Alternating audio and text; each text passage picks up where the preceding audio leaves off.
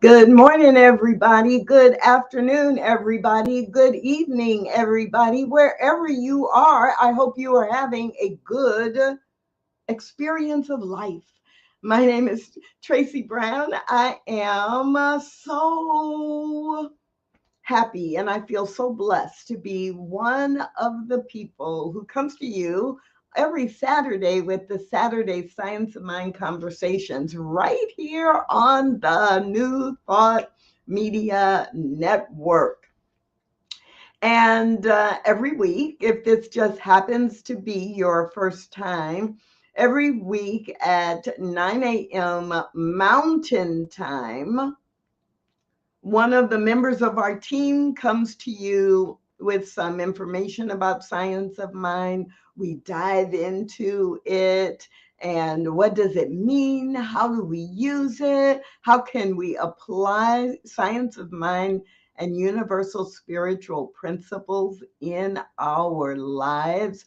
And it's a conversation. So, if you want to be part of that conversation, let's get started by you letting us know who you are and where you are watching from in the comments or in the chat, depending on which platform you're on. We are live streaming right now on about 5 different Facebook pages, on LinkedIn, on YouTube. So just because you can't see everybody, I can see there are a whole bunch of you out there this morning. So what are we going to talk about today? In the first half, the first almost 2/3 of the year, we actually go through the Science of Mind textbook chapter by chapter by chapter so that we can explore what Ernest Holmes had to say. And then from mid-August through the end of the year, which includes now, we actually go into the Science of Mind archive and library and look for other things that Ernest Holmes wrote or that other people wrote about science of mind. And we then begin to unpack that. And it helps us really take small chunks that allow us to say, okay, wait, what is that about? What does that really mean? And how can I apply it in my life? So today we're going to dive a little bit into prayer and the form of prayer that is used in Science of Mind, or one of the forms, the primary form of prayer, is the spiritual mind treatment. And today we're going to talk about what Ernest Holmes had to say about how to give a spiritual mind treatment. How to give a spiritual mind treatment. And that is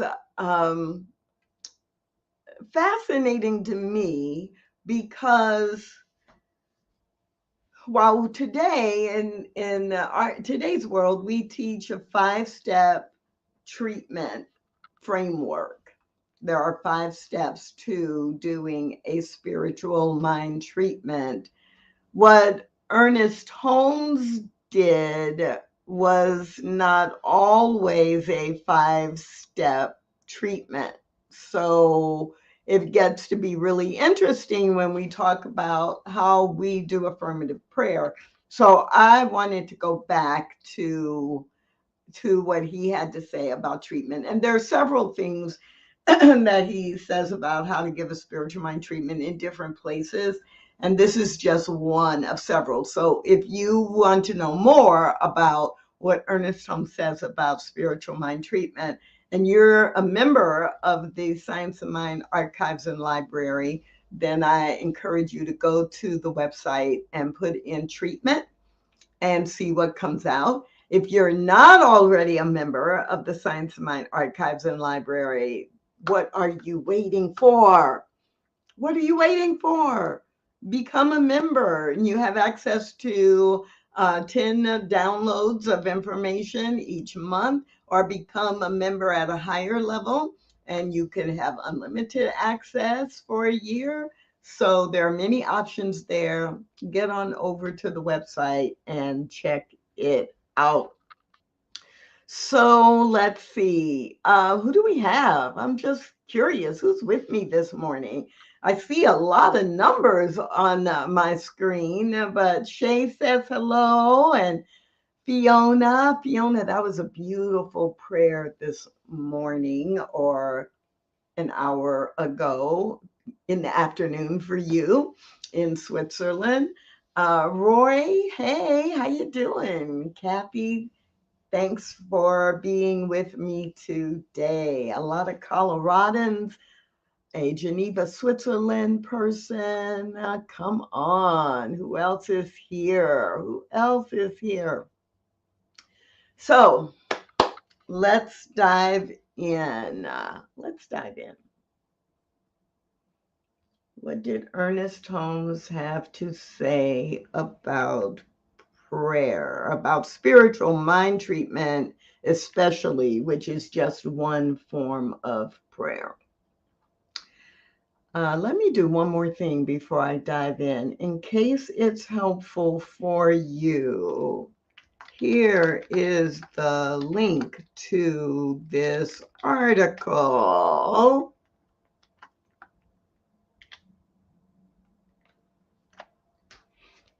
So if you're looking for it and it's easier for you to just click on the link than search the Science of Mind Archives and Library site, there you go.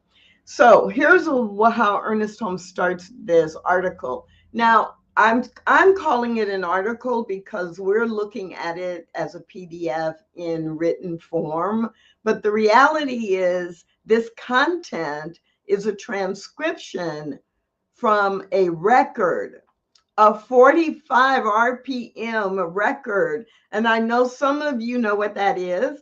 And I know others of you are like, a 45 RPM record? What is that? I'm going to leave the internet for you to find out. If you don't know what a 45 RPM record is, go look it up and laugh at all of us who are old enough to have owned 45 RPM records. Hi, Deb Jones from Delaware. Thank you for holding down the East Coast of the US. So Ernest Holmes starts off this content saying this: while there are no definite formulas for a spiritual mind treatment, since there is no magic in the words we use, there are methods of procedure which can be taught and understood. These methods, if followed, will produce definite results, and the results will always be equal to the consciousness of the one giving the treatment at the time she gives it. There are times when one person gives a better treatment than at other times because it is the inward awareness in back of the treatment that gives it power. Now, I could probably talk the next 35, 40 minutes just on that first paragraph. So Ernest Holmes first acknowledges that there's no magic to treatment. It's not a magical formula. It's not a formula or a collection of words like I could say, oh, Dr. Robert Brzezinski did this treatment this morning and it was so great. I'm glad I recorded it. I'm just going to memorize what he said. And when I do a treatment, I'm going to start my treatments exactly the same way because that's what's going to make it work. No, not so much. Right? And even though we treat 5 steps to treatment, we're not treating a magical formula. We are teaching a procedure that increases and practically assures that your treatment will work, that there's a framework. Our 5 steps of treatment are a framework when followed, gives you some structure that helps you manifest what you are treating for. But the most important thing he says at the end of this paragraph, right, is there are times when one person gives a better treatment than at other times because it's the inward awareness back of the treatment that gives it power. It is the inner awareness, my consciousness, my belief that gives the treatment its power. Now, it's interesting what that brought up to mind for me. I have a pet peeve about sometimes people in my home community will say, I want prayer for X, or will you pray with me about Y? And I'm happy to do so. And then there are times when people will say, Tracy, will you send this prayer request out to all the practitioners? I want all the practitioners praying for this or with me about that. And depending on how it's framed, sometimes it shows up as a pet peeve for me. Number one, practitioners' prayers are not magic either. And yes, we have experience and we have a commitment that we are using prayer a lot every day, just about, if not every day. And so, because of that experience and because of our faith and because of our training, yes, my prayer may work better than yours if you don't have the belief or if you don't have the experience. But I realize sometimes it's a little bit of a pet peeve of mine when people say, I want 20 people praying on the same thing. Like it takes 20 people for it to manifest, when all you need is one person whose consciousness is clear and strong. And that may not be me. Actually, there have been a few times where I have said to someone, I am so glad you asked me to do treatment about that. And I cannot do treatment about that right now. And so I can pass it on to another practitioner, or would you like to ask someone else? I cannot agree to do that treatment right now. And that's only happened a handful of times, but it's happened because I knew I could not hold the truth either for what they were requesting or because I was too involved in the situation that I could take a deep breath and realize, ooh, I have to get a little bit of distance between me and this situation. So that doesn't happen often because usually I can take that deep breath. And if I feel too connected, I can be like, oh, I need this treatment too. And then I do the treatment, right? But there have been a handful of times over the last, I don't know, 10 or 12 years where I have actually declined to do the treatment and then provide support by making sure that person is connected to another practitioner or minister who can do the treatment. So Ernest Holmes, our emphasis on that last sentence, it's the inward awareness back of the treatment that gives it power. So this whole 5 pages is about how to give a spiritual mind treatment. And in the very first paragraph, he reminds us it's not magic. And what actually makes it work is the consciousness behind it, the inner awareness, or the consciousness behind it. Second paragraph. The whole principle of spiritual mind treatment, like prayer, is based on the theory that a power greater than we are operates on this treatment and produces the actual results.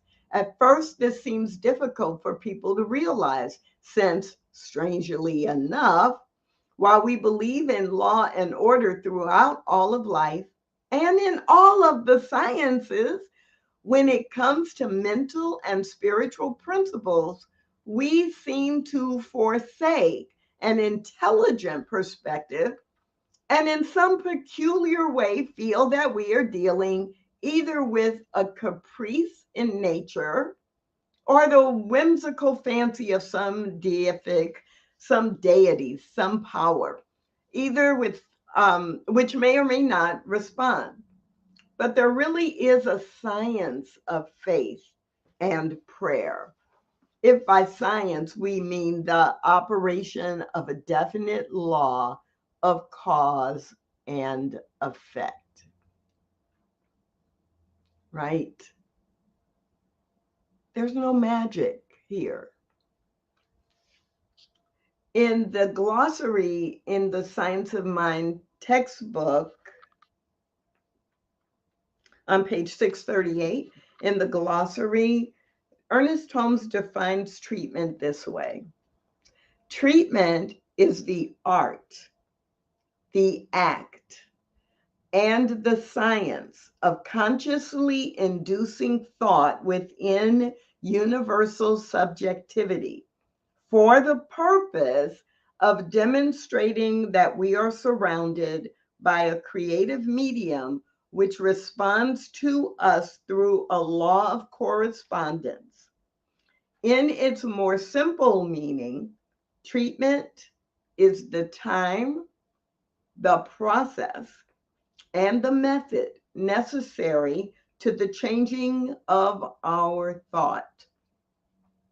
Treatment is clearing the thought of negation, clearing the thought of doubt and fear, and causing the thought to perceive the ever presence of God.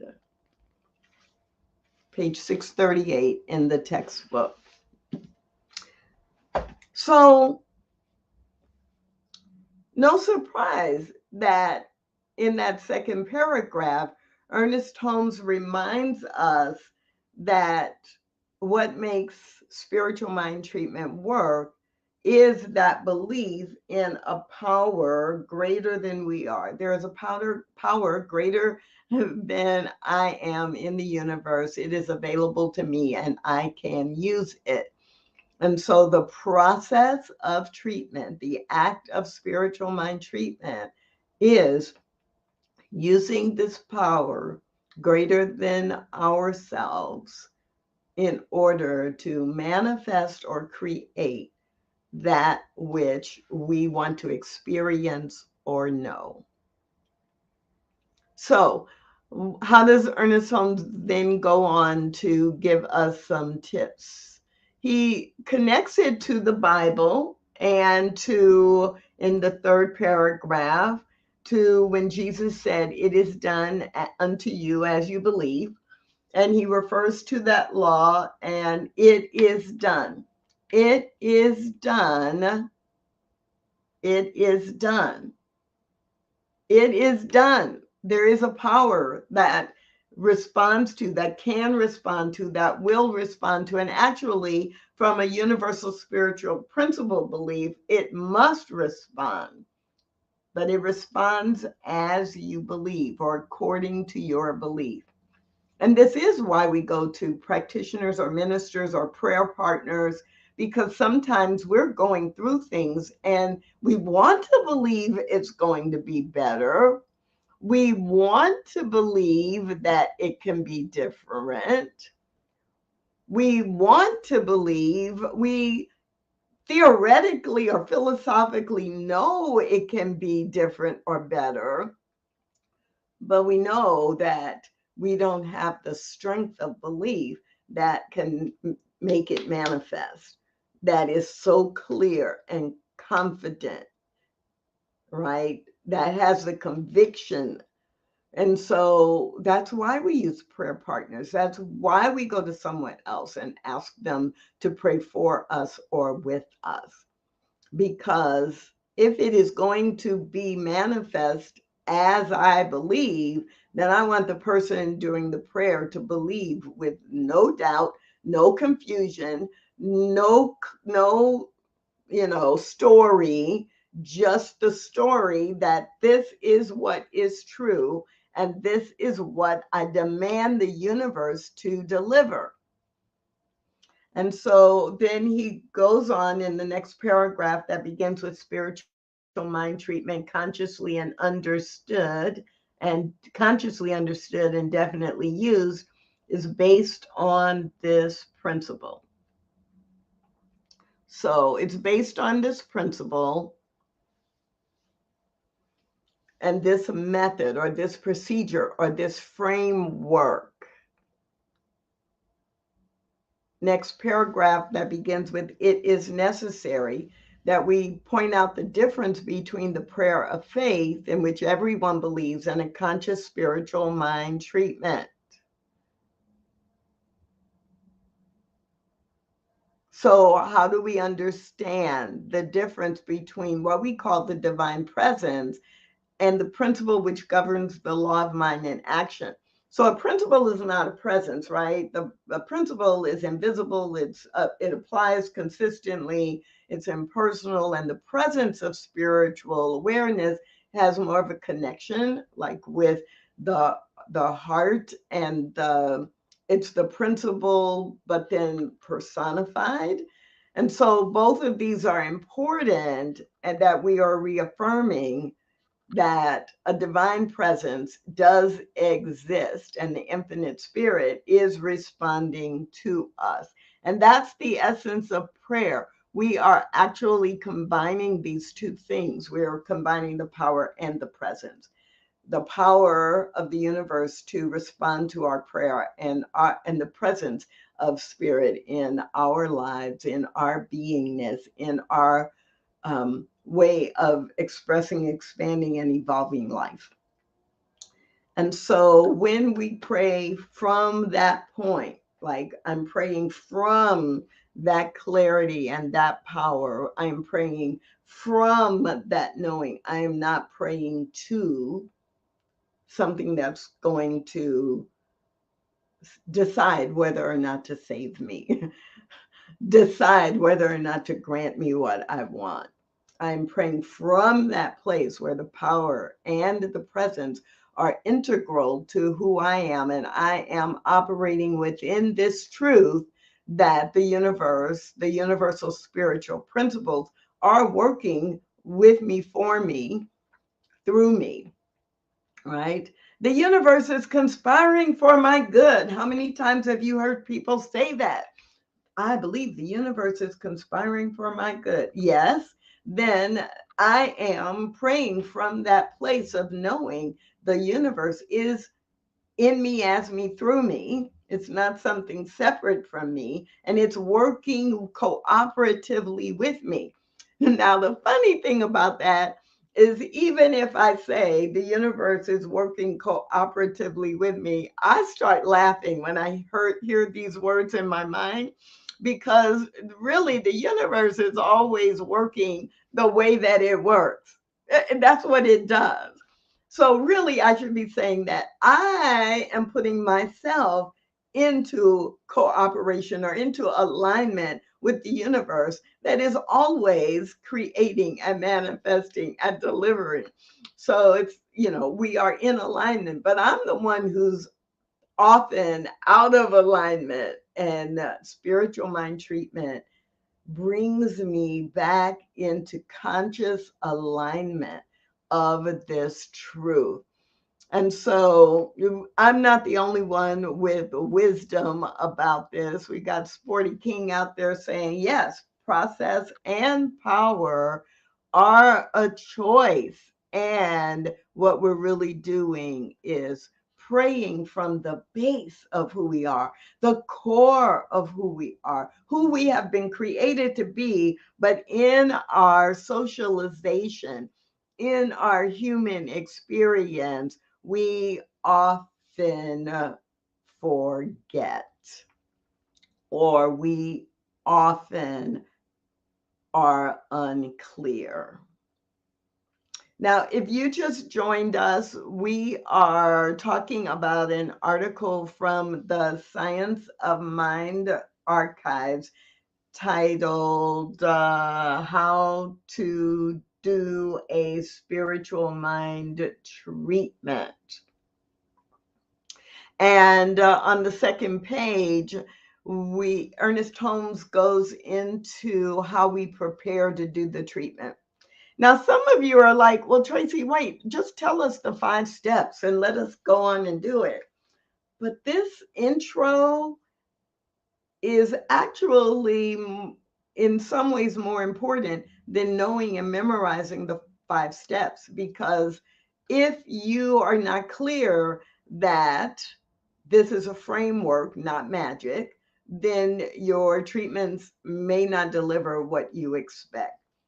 If you're not clear that what you're doing is aligning with the power and the presence and praying from that place, then again, you may not get the results. And so I think it is masterful that Ernest Holmes, when he recorded this, that he invested half the time on how to think about, how to approach, and then how to prepare to do spiritual mind treatment. So at the top of page 2, or near the top of page 2, he talks about there is a certain preparation necessary for spiritual mind treatment. Just as we cultivate the soil before we plant seeds in it, so we must cultivate our consciousness, our inward awareness, filling it with the feeling of a great presence and the authority of the law of good. Sometimes this means sitting quietly for a few minutes or a few moments, just seeing the presence, feeling the presence, believing the presence, and keeping the mind open to its influx, to a sense of peace, to a sense of inward awareness. Then we must realize that our word, being the presence, the power, and the activity of the living spirit, shall not return unto us void. It actually will be done unto us as we believe and as we affirm and expect. And Lenora, you are so right. It's very complex, but at the same time, it is so simple. Not easy, but simple. Once we learn the framework and once we take to heart all of what Ernest Holmes is saying here about the importance of our own preparation and understanding, once we do all of that, to a certain degree, it does become easy. After years of doing this, it is easy for me to do a spiritual mind treatment. And that doesn't mean I know exactly what to say every time, right? The topic may be challenging. The request may be challenging. The condition, the human condition that I am praying about replacing may trigger me because it relates to something in my past or something that's been a part of my experience since childhood. But putting myself into the mindset and using the structure of spiritual mind treatment is now easy for me to do. And it does seem very simple. But what I'm actually doing when I do the treatment is complex. very complex. So, Ernest Holmes reminds us that there is a certain preparation necessary. And he goes back to the Bible again with these signs shall follow them that believe. He constantly reminds us or consistently reminds us that our belief drives much, if not all, of what we experience when we are doing treatment. There's something dynamic and informative about a spiritual mind treatment. We do not deny that people are sick or unhappy or impoverished. This would be silly. Silly, I tell you. It would be silly to deny what is actually happening on the human plane. We do not deny the benefits of scientific medication or surgery or sanitation or on the proper care of the physical body. We do not deny the mind with its actions and reactions or the subtle operations of the mind disclosed through our present day knowledge of psychosomatic relationships. And I would say our psychosocial conditions. But we do this. We affirm that humanity is a spiritual being. Each human being is a spiritual being right here and right now. And each human being may draw upon transcendent powers right here and right now. And each human being may seek and find a new relationship of the mind with the spirit. And when you find that relationship of the mind with the spirit, it automatically produces a new mind body relationship. What we do is we affirm this connection that we're so clear about, and in claiming how we want to experience our life or our lives, we create a new relationship. We don't have to fix what happened in the rearview mirror. We claim what we are moving into right here and right now. So some of you who are familiar with treatment, you are and prayer in general, but if you're familiar with spiritual mind treatment, then you know that we describe what we know we want, but we describe it in the present tense. What my life is with this prayer answered. And what we're doing is we're affirming the connection, the relationship in real time, that beginning right now, this is what is true in universal mind. So it must then manifest in my life. And a lot of times people are like, well, I don't have it yet. Well, okay. If you say in your prayer, I don't have peace of mind yet, but I'm going to get there one day, then the universe says yes, and you don't have it. And you will get there at some point, but it'll always be out there at some point coming. You're approaching it. So instead, we would say, I have peace of mind. Peace of mind is my birthright. Peace of mind is the way that is what guides me as I navigate my day every day. I am claiming this relationship that is the true relationship between me and God. It is the new body-mind relationship with spirit.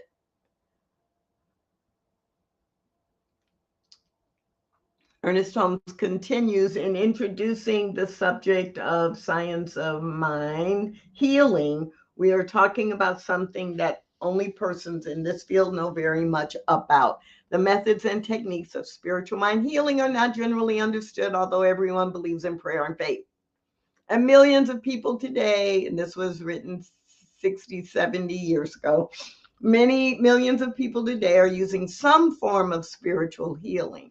And experience has taught that there are certain methods which produce definite results.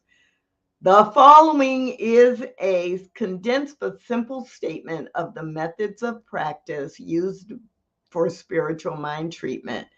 Take definite time at least twice each day to be alone, sit down, compose your mind, and think about God, I would say, and think about the God that is living life as you. Try to arrive at a deep sense of peace and calm, then assume an attitude of faith in a power greater than you are. So now we begin to actually get into the steps of treatment.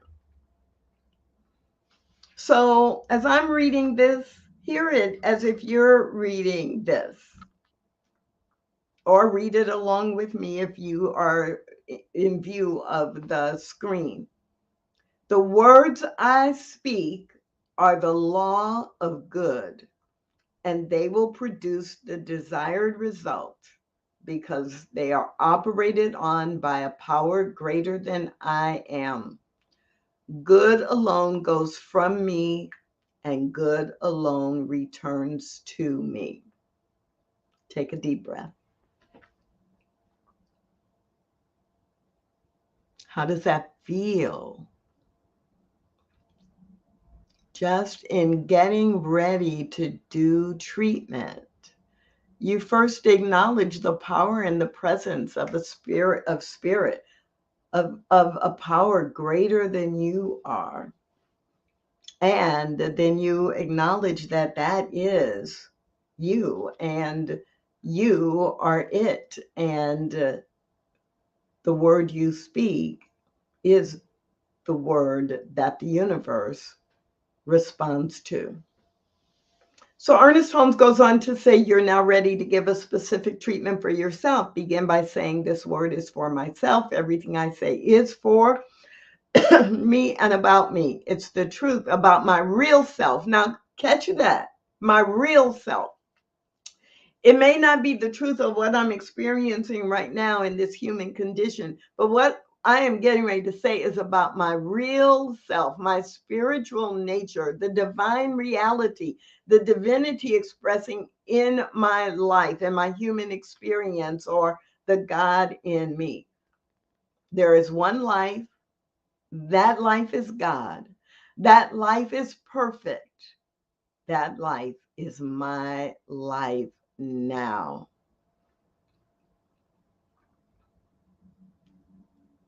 There is one life. That life is God. That life is perfect. That life is my life now. There's only one God. There's only one life. That life is God. That life is perfect. That life is my life now. And as some of you know, we use that as a mantra, as a chant outside of spiritual mind treatment. And it's also really powerful as the first two steps of treatment, or at the beginning of treatment. There's only one life. That life is God. When we can remember that, right? That life is perfect. God's life is perfect. God's life is my life now.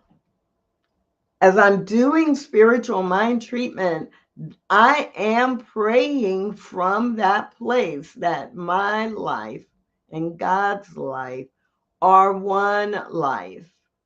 The power and the presence of God is the power and presence that delivers on this prayer. And I am one with that. Next paragraph, next say, my body is a manifestation of the living spirit. It is created and sustained by the one presence and the one power. That power is flowing in and through me now, animating every organ, every action, and every function of my physical being. There is perfect circulation, perfect assimilation, perfect elimination. There is no congestion, no confusion, no inaction. I am one with the infinite rhythm of life. which flows through me in love, in harmony, and in peace. There is no fear, no doubt, no uncertainty in my mind. I am letting that life, which is perfect, flow through me. It is my life now. There is one life. That life is God. That life is perfect. That life is my life now. Now, here's something that's really interesting with this. You'll notice that in that paragraph, Ernest Holmes talks mostly about affirming what is true, right? He doesn't say, he doesn't say, um, I'm doing this treatment for health, and so I'm going to fight cancer, and I'm going to get through these infusion treatments. No, the focus is on what is true, my true self. My body knows how to work. I have perfect assimilation. I have perfect circulation in my body, right? I could be doing a treatment that I don't have high blood pressure, or I could be doing a treatment that is my blood and circulation works perfectly. My blood pressure is within normal ranges, right? There's a difference. So remembering that we are affirming what is the spiritual truth and what is the truth if our bodies and when our bodies are actually reflecting that is what happened in that verse in the paragraph that I just reviewed. But sometimes people are a little confused, including Tracy. And so there are times when we focus on denials, but denials in spiritual mind treatment are different than denials in our human everyday life, where, oh, if I say to someone, everyone has biases, when I'm doing diversity and inclusion training. There's always someone who is like, no, I don't have any biases. I am not biased. There's not a biased bone in my body. I'm like, okay, they're in denial. They're in denial about the reality that the way the brain works, right? Our brain is designed to prioritize, to label and sort and prioritize, and to tell us what it thinks we need to know to keep us safe. And the word for that is just our brain creates biases unconsciously. We're not consciously choosing discrimination, but we do have biases. So someone who was like, I don't have biases or I'm unbiased is in denial. So when we talk about denial and denying things in treatment, it's a little bit different. So we're talking about a spiritual definition. And Ernest Holmes says, next, deny everything that contradicts the truth that you already spoke. Follow each denial with a direct affirmation of its opposite. Okay, the evidence that you bring out in your argument should reach a conclusion which causes your own mind to accept the verdict of perfection. Remember, you're not talking about your physical body as though it were separated from spirit or God, but about God in you, operating as you and through you. So you will have no difficulty in convincing yourself that this God in you is perfect. Perfect. Perfect, I say. Perfect. So again, using the example of cancer or infusion treatments. So I may have said my, system is perfect. Every cell in my body knows how to work cooperatively with every other cell. My health is perfect. If I feel that I'm still having a little resistance to that, then I may need to use some denials, as Ernest Holmes says. So I might say, I deny that cancer has any power over me. The true power is the power of perfect health that is the already my birthright, right? Or maybe I'm feeling a lot of fear around going to this series of infusion treatment. So I might say, even though I've already affirmed, if I'm still feeling a little, uh, then I might use a denial that says, the human, Tracy, is feeling a little fear around these infusion treatments. But what I know is absolutely true is that the medicine in the treatments is cooperating with my body to to reveal the healing that allows me to live my true, full, perfect, good health. So anytime we do use a denial in a treatment, we are denying that that false thing has power, and we immediately follow up any denial with an affirmation of the truth, capital T truth. That is the only way we can use denials in our treatments, and that is the only way that you're allowed to actually include in your treatment the condition that you want to replace or eliminate. So this is the foundation of treatment. And when we're in that part of treatment where we are realizing, we are affirming that which we want to manifest, there is a way for you to use denials, but your treatment is not focused on those denials.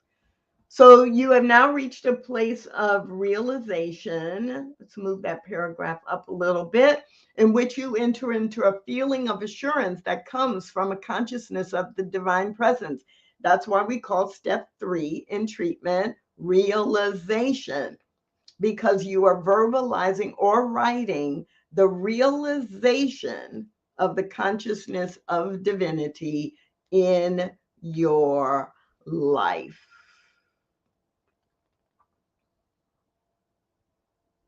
This period of realization should last for several moments, during which you sit quietly, accepting the meaning of what you have said. Then say, it is now done. It is now complete. It is now perfect. There is one life. That life is God. That life is perfect. That life is my life now. Now, obviously, this isn't a script. The point that he's making here is that at the end of treatment, at the end of your affirming that which you know, you must accept it as done and let it go, right? And in the 5 steps of treatment, we often refer to this as the release stage. But what we're doing is we're surrendering into the truth of what is. We're surrendering into the truth of what is, and we are claiming it as our own. And we are knowing that it is done. So I know for the next week or so, what I'm going to be doing is using that there's one life, that life is God, that life is perfect, that life is my life now. I'm going to use it not just in the beginning of treatment in steps 1 and 2, but I am going to use it also as part of what I'm affirming, and I'm going to use it as the release step, or as part of my release step in treatment, as Ernest Holmes has done in this article, just to deepen my understanding and conviction to all that's happening here. Is I am affirming the power of spirit in, as, and through me. So our time is winding down. Ernest Holmes has gone through the different steps without labeling them the way that we do with step 1, 2, 3, 4, and 5, which I purposely have not done a lot of as well, because this article is really what are you doing? And if you rely too much on the 5 steps, like, oh, I'm checking off this step, and I just did a step 2, and now I'm in step 3. If you're doing that, and you're beyond just the learning stage, if you're doing that and you think that's what's making the treatment work, then you are fooling yourself. Because, as Ernest Holmes said at the very beginning, it's our awareness and our belief. The sequence of the 5 steps, or what Ernest Holmes said, the procedure of doing the prayer or the spiritual mind treatment, is simply a framework to help you put all these pieces in place. The belief that there is a power greater than I am and I can use it. The awareness that I am the power and the presence. The understanding of the law of good and the law of reciprocity, right? And the law of good, that good is always seeking to express, and all you're doing is directing that law. And then the affirming at the end that you are that, right? You are part of that one life. And you have the authority to speak this word, and you can let it go once you've spoken it, because it's already done. It is now done in universal mind. So how does Ernest Holmes leave us in this content? He gives a variety of examples that are simply examples of how to claim that which you want. That the identify myself with abundance. I surrender all fear and doubt. I let go of all uncertainty. I know there is no confusion, no lack of confidence. I know what is mine will claim me, will know me, will rush to me. The presence of God is with me. The mind of God is my mind. The freedom of God is my freedom. The power of God is my power. If I were doing a treatment on abundance or on some financial aspect or desire, I might use that content from that paragraph. What we want to be careful about is we don't want to do one treatment for 18 different things. So here in this, he's giving us examples in a series of paragraphs that relate to different things you might be doing treatment for. And then he ends with this. The law of good is flowing through me. I am one with the rhythm of life. There is nothing to be afraid of. There is nothing to be uncertain about. God is over all. God is in all. God is through all. God is right where I am. I am at peace with the world in which I live. I am at home with the divine spirit in which I am immersed. If you want to use spiritual mind treatment in a powerful way, that last paragraph, the one I just read, is a good one for just generally understanding and putting yourself in the presence and you in the position to use the power. I am one with the rhythm of life, and the law of good is flowing through me. Nothing to be afraid of, nothing to be uncertain about. This is the basis of powerful prayer. Such a great exploration of spiritual mind treatment. I wish I could take credit for it, right? But all I have shared with you in the last 50 minutes is what Ernest Holmes says about prayer. And if it's been helpful for you, then I want to encourage you to absolutely go to the Science of Mind Library and Archives and download this document. Become a member, actually, rather than just pay for this one document.